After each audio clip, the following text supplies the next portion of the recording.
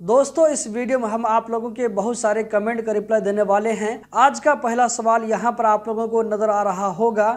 आप में से किसी भाई ने पूछा है कि नोटिस पीरियड आ गया है, तो क्या इस नोटिस पीरियड को कंपनी वाला यानी कि पुरानी कंपनी वाला कैंसिल करवा सकता है या ये कि नहीं। तो इसका जवाब है कि कैंसिल करवाने के लिए करवा सकता है, लेकिन ये काम आसान नहीं है। कैंसिल करवाने के लिए ठोस रीजन चाहिए, तो आपको डरने की जरूरत नहीं है। तो इतनी आसानी से कैंसिल नहीं होगा। यहाँ पर आप लोगों को अगला कमेंट नजर आ रहा होगा। इस भाई का कहना है कि कंपनी वाले ने इस भाई का बला गुरूब लगा दिया। ये भाई सीआईडी में जाते हैं आईडी कैंसिल करवाने के लिए, तो वहां पर इसका फिंगर नहीं लिया जाता है, इसी तरह आई टेस्ट नहीं लिया जाता है। ये भाई इंडिया वापस चले जाते हैं। अब इसका कहना है कि मैंने वीजा अप्लाई किया तो अंडर प्रोसेस शो कर रहा है, मैं यहाँ पर क्या कर सकता हूँ। तो इस भाई को मैं सजेस्ट करना चाहूँगा कि आपने जैसे कहा है कि आपका वीजा अंडर प्रोसेस शो कर रहा है और उससे आगे नहीं बढ़ रहा है, तो एक मरतबा आप किसी अपने दोस्त को सीआईडी में भेज करके मालूम करवा लें कि आपके ऊपर में कोई बैन तो नहीं लगा है। मेरे ख्याल से आपके ऊपर में बला गुरूब लग चुका है, जैसा कि आपने बताया था कि कंपनी ने बला गुरूब का केस डाला है, तो इस हिसाब से आपके ऊपर में बला गुरूब का केस लग गया होगा। तो फिर भी अगर आपको डाउट है तो किसी को सीआईडी में भेज करके मालूम करवा लें। हम बढ़ते हैं अगले कमेंट की जानिब। इस भाई का कहना यह है कि कतर में पासपोर्ट रिन्यूअल करवाने से इंडिया में कोई दिक्कत और प्रॉब्लम तो नहीं होगा। इसका जवाब है कि कोई भी दिक्कत और प्रॉब्लम नहीं होगा।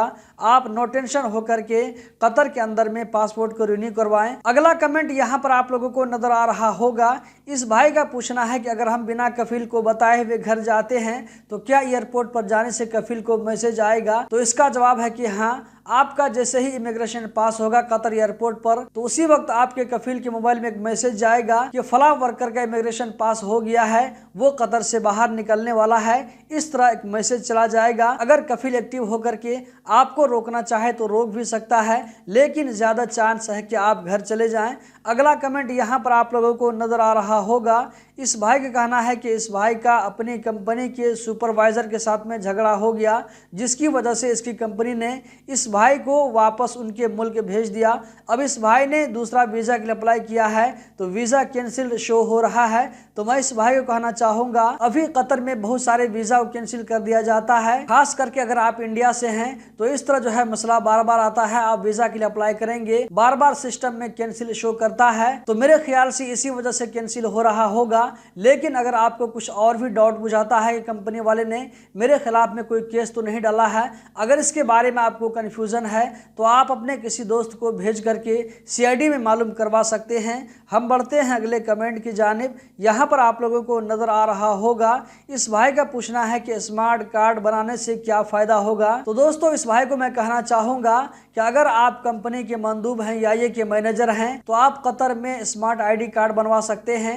लेकिन अगर आप एक वर्कर हैं तो आपको कतर स्मार्ट आईडी कार्ड बनाने से कोई फायदा नहीं होगा। यहाँ पर मैं आपको सजेस्ट करना चाहूंगा कि अगर आप एक आम वर्कर हैं तो इस कार्ड को मत बनवाएं। मेरे ख्याल इसका ज्यादा आपको बेनिफिट नहीं मिलेगा। अगला सवाल यहाँ पर आप लोगों को नजर आ रहा होगा। आप में से किसी सिस्टर ने पूछा है कि इसके कफील ने इसके खिलाफ में बला गुरूब का केस लगा दिया है, तो ये बहन पूछना चाह रही है कि इसको सीआईडी में कितने दिनों में भेज दिया जाएगा। ऐसा तो नहीं है कि इसको सीआईडी के अंदर में जेल के अंदर रखा जाएगा फिर इसको भेजा जाएगा। तो यहाँ पर मैं इस सिस्टर को सजेस्ट करना चाहूंगा, आप अपना टिकट लेकर के जाएं। तो यहाँ पर उम्मीद की जा सकती है कि बहुत जल्द सीआईडी वाले आपको घर भेज देंगे, और यहाँ पर यह भी बहुत ही ज्यादा चांस बनता है कि आपको जेल में न रखा जाए, बल्कि वहां से आपको पेपर दे दिया जाएगा और कहा जाएगा कि फलां डेट में आप एयरपोर्ट चले जाएं। जेल में रखना या ये कि न रखना वहां पर पहुंचने के बाद ही आपको मालूम पड़ेगा, उससे पहले आपको कोई भी नहीं बता सकता है। अगला सवाल यहाँ पर दोस्तों आप लोगों को नजर आ रहा होगा।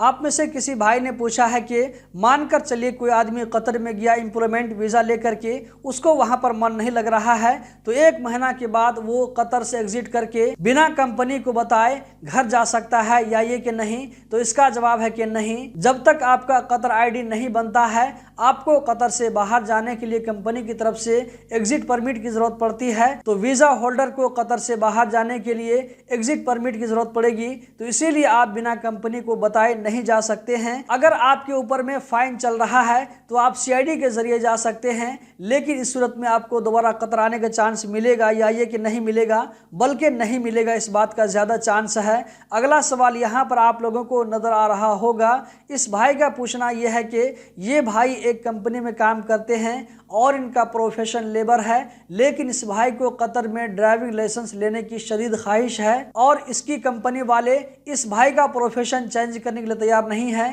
तो ये मुझसे सजेशन मांग रहे हैं कि कोई ऐसा तरीका है कि मेरा प्रोफेशन चेंज न हो, जैसे कि लेबर है तो फिर भी मुझे ड्राइविंग लाइसेंस मिल सके, ऐसा अगर कोई तरीका है तो बताइए। तो मेरा जवाब यह है कि ऐसा कोई तरीका नहीं है। इसके अलावा अगर कोई दूसरा तरीका होगा तो वो तरीका गैर कानूनी होगा और मैं इसके बारे में आपको सजेस्ट नहीं करूंगा। तो जब तक आपकी कंपनी वाले आपका प्रोफेशन चेंज नहीं करते हैं तब तक आप वेट कीजिए और प्रोफेशन चेंज होने के बाद ही में आप ड्राइविंग लाइसेंस के लिए अप्लाई कीजिए। हम बढ़ते हैं आज के लास्ट कमेंट की जानिब। आप में से किसी भाई ने पूछा है कि इस भाई का एज 46 साल है, क्या ये कतर जा सकते हैं या ये कि नहीं। तो इसका जवाब है कि बिल्कुल जा सकते हैं, कोई दिक्कत की बात नहीं है।